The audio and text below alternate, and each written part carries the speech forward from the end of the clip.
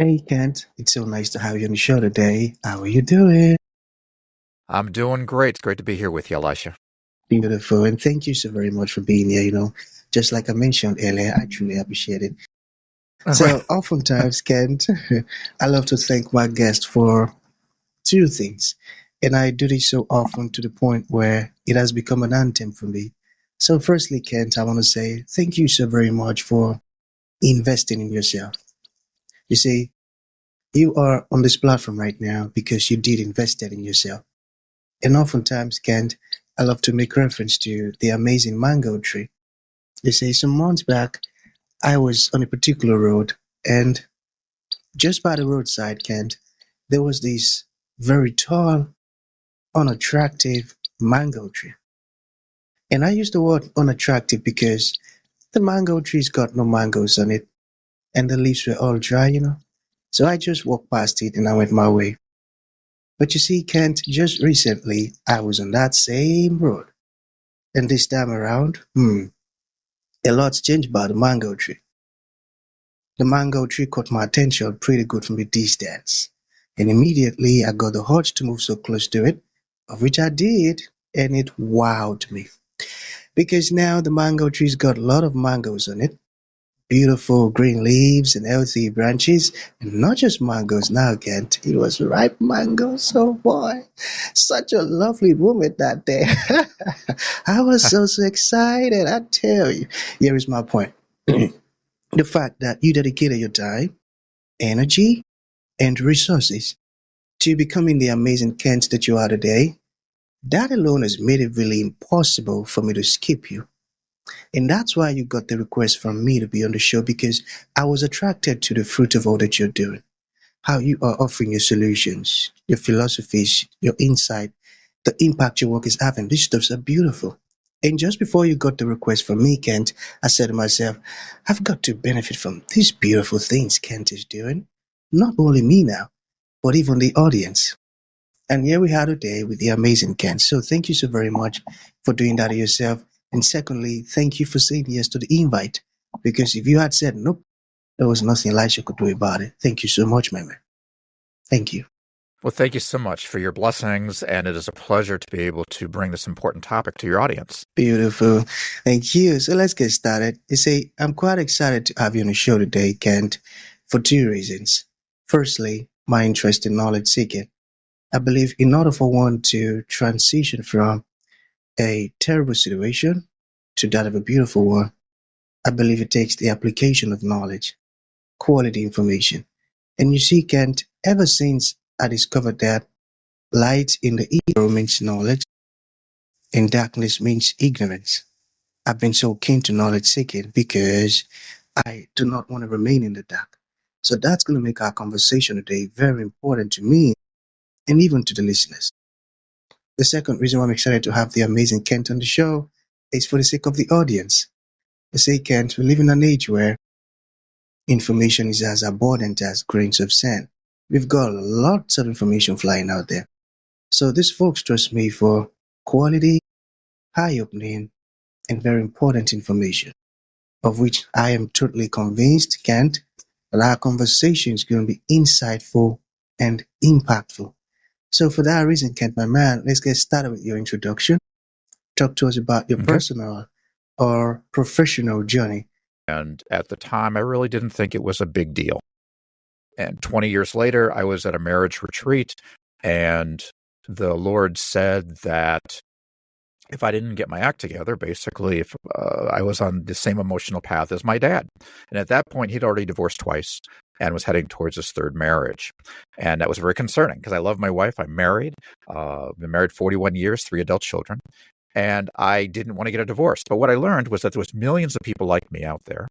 And that, in fact, even though I was in denial that my parents' divorce was impacting me, it was, and in a variety of ways. And one thing I like to say when I do talk is that if you are listening and your parents are divorced or friends of yours are divorced, this is not about bashing divorced people.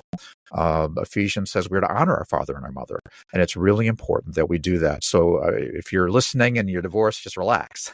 We are not going to be bashing people, whatever. However, what I learned was that when our parents divorce and when we become adults, there are certain things that impact how we see things. In fact, if you go to a marriage retreat, they're going to give you like 5 pillars of, a healthy marriage. Well, the very issues that adults or divorced parents struggle with are those issues that mess with relationships, which is why we have divorce rates at such high rates. So the Lord called me to step into the breach. And for the last 20 years, I've been helping adults with divorced parents identify what the key issues are and give them tools to overcome those issues. Beautiful. Beautiful, Ken. Yeah. That's amazing. You see the word you used there, I truly love. You said the Lord. I love that. I love that. And the fact that you are offering a solution to solve the particular problem, that's also beautiful. And the fact that you obeyed the Lord, that's also awesome. Okay. But can you talk to us about how important this topic is? Okay. Absolutely. It is important because it affects just about half of everybody listening. Half of everybody you see, half, and that's really internationally, have divorced parents. And when we have divorced parents, and we're speaking to two groups of people, we're speaking to people who had their parents divorced when they were children, and we're speaking to people whose parents divorced when they were adults, and that's called gray divorce. And we'll get to that in a moment. But basically, the key issues that impact people with adults with divorced parents are anger. It's the number one issue, that we were not able to overcome the anger that we had in our childhood from the loyalty challenge. Who do you love the most? Blame, loss, all creates anger. The other thing that happens when we're children and then we finally get grown, when our parents divorce, is fear. We have fear of abandonment, fear of conflict, fear of inadequacy, fear of marriage, fear of divorce. And it's quite interesting because when we get to how do you deal with some of this stuff, you'll find that the scriptures are full of scriptures that say, don't fear. And yet, as adults with divorced parents, we have a lot of fears. We also don't trust. We really make people earn our trust. And that can be problematic, particularly when you're going into a marriage. I mean, if you go into a marriage not trusting your spouse, that's really problematic. And a lot of this is under the radar. We're not conscious a lot of these things. It just kind of distorts our programming as a child, but we drag this distorted program into our adulthood. It also affects our view of God. Because if there's some interesting research that showed that when adults with divorced parents hear the scriptures, we even hear them differently. Like, for example, the story of the prodigal son that Jesus talked about. The son leaves, and the father waits for him to come back. Well, she found that, Elizabeth Marquardt found that a lot of times adults with divorced parents will hear that story as the parent left, and the kid is waiting for the parent to come back. We also struggle with scriptures like honor your father and your mother that I just mentioned. We might be sitting in church or a place of worship and going, well, maybe that's good for you and good for you, but honor my father? Honor my mother? Are you kidding me? And what happens is we start to just choose and pick which scriptures are true and which ones aren't. And the last issue that's particularly important for adults whose parents divorced when they were kids is father hunger. Basically, the father goes from being there most of the time to at best 50% of the time. And with women, they're wired to get answers to two questions. Am I beautiful? And am I special? And basically, it's not supermodel beauty or, the actress beauty. It's beautiful in the eyes of my dad, beautiful in the eyes of my father.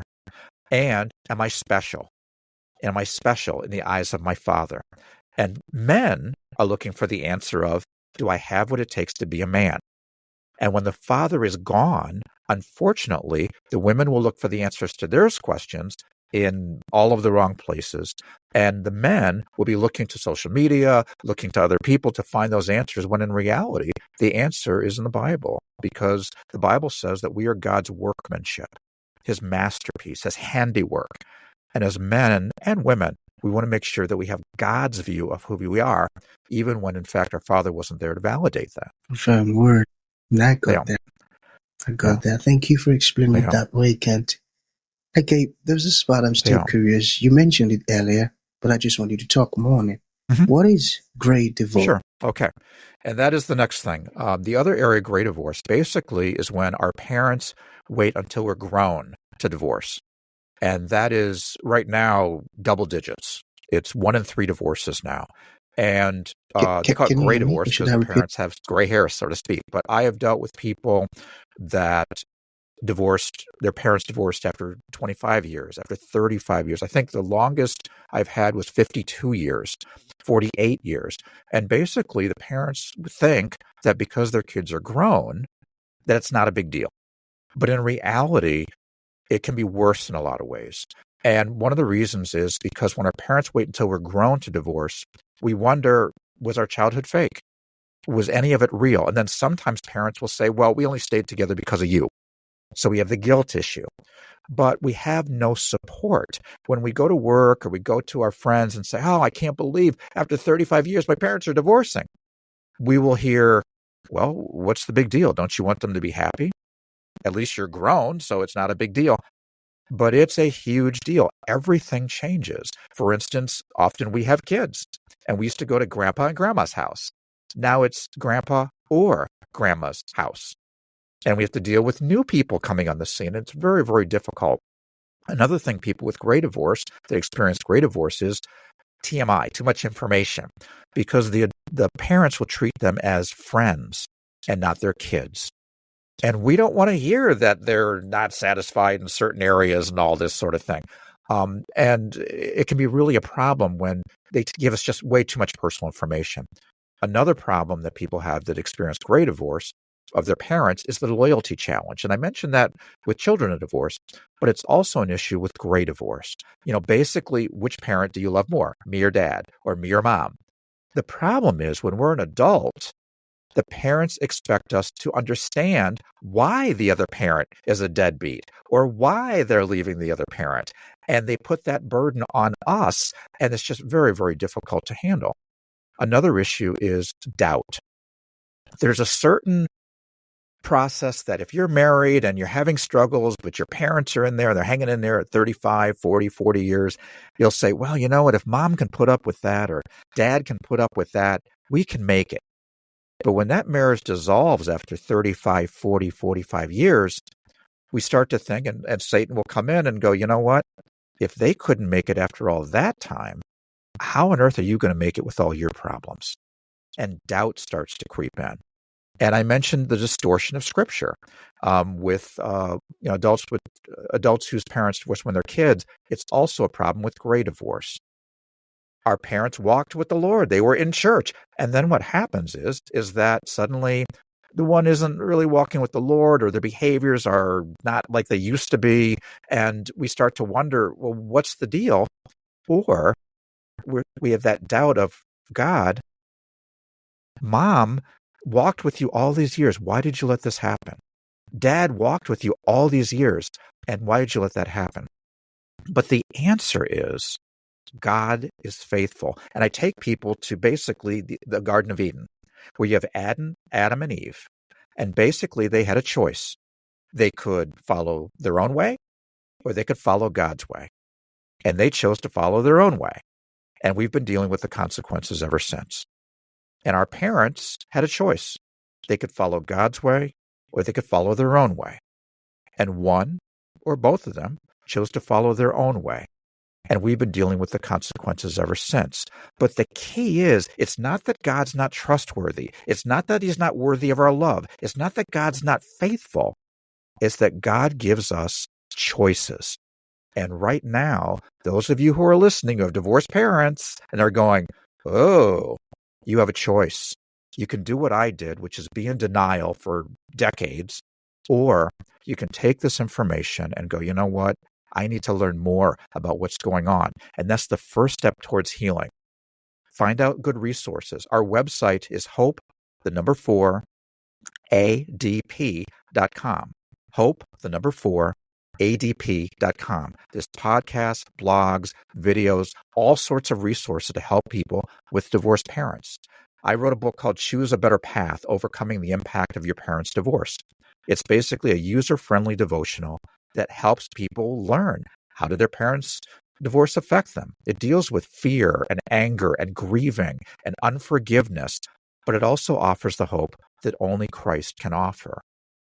For those of you struggling with gray divorce, there's a book called Home Will Never Be the Same Again. Really, really good book.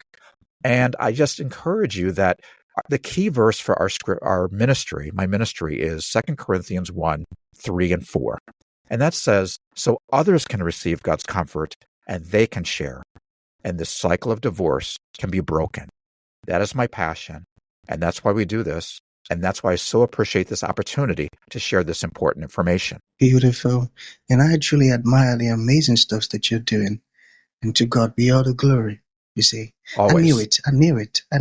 You know, I said it earlier that I'm convinced that our conversation is going to be insightful and impactful. And it is because, oh boy, I would have to listen to our conversation over and over again. You shared some very invaluable stuff in it. But I'm just still curious, just one more. So, how have divorced parents responded to your book? Way better than I thought. When I wrote the book, I was kind of concerned because I was like, oh, are they going to think we're bashing them or whatever? And which we aren't. But the other thing I found was that when they went through the book, because it's really a user-friendly devotional. It's not like you have to read and read and read and read. What they found was when they understood how their children, their adult kids, were feeling and experiencing, it gave them a language to talk to their kids. So the response to the book from Divorced Parents has been very, very strong. And also my next book, which is due this summer, is the Premarital Counseling Guide for Adults with Divorced Parents. That's the working title. And basically, it is a book that if you're thinking about marrying or remarrying and you have divorced parents, this is a book that will help you work through the issues so you can have a strong, lasting marriage that honors God. Beautiful, beautiful. That's a great one. So to bring this to an end, Kent, what would you like to leave the audience with, like a final thought? Though you've shared a whole lot, but just to round up with, and for those folks who would like to reach out to you, learn more about everything you've discussed, make a purchase of your book, or even stay connected, you know, the one that is coming soon, how can that be possible? Okay, the best way to get a hold of me is through hope4adp.com. And actually, the 4 stands for healthy relationships with God, with ourselves, with our spouse, and with others. So there's lots of resources on the website, and you can reach me through the website as well. But the one thing I would want to leave you with is don't be in denial like I was. For 20 years, no big deal. Holidays are a hassle. And yeah, this is a hassle. But the reality of it is I learned that my parents' divorce was impacting me. And as I said, we have a choice. You didn't hear this conversation by accident. I don't believe in coincidences. I only believe in God incidences. So God wanted you to hear this message today. Grab a hold of this information and run with it, because not only will it help you, but it'll be able to help others as well. This as well. That's so true. So that's going to be the end of the show, Ken. Thank you for coming and thank you for sharing these profound words with us. It means a whole lot. Thank you, my man. Thank you.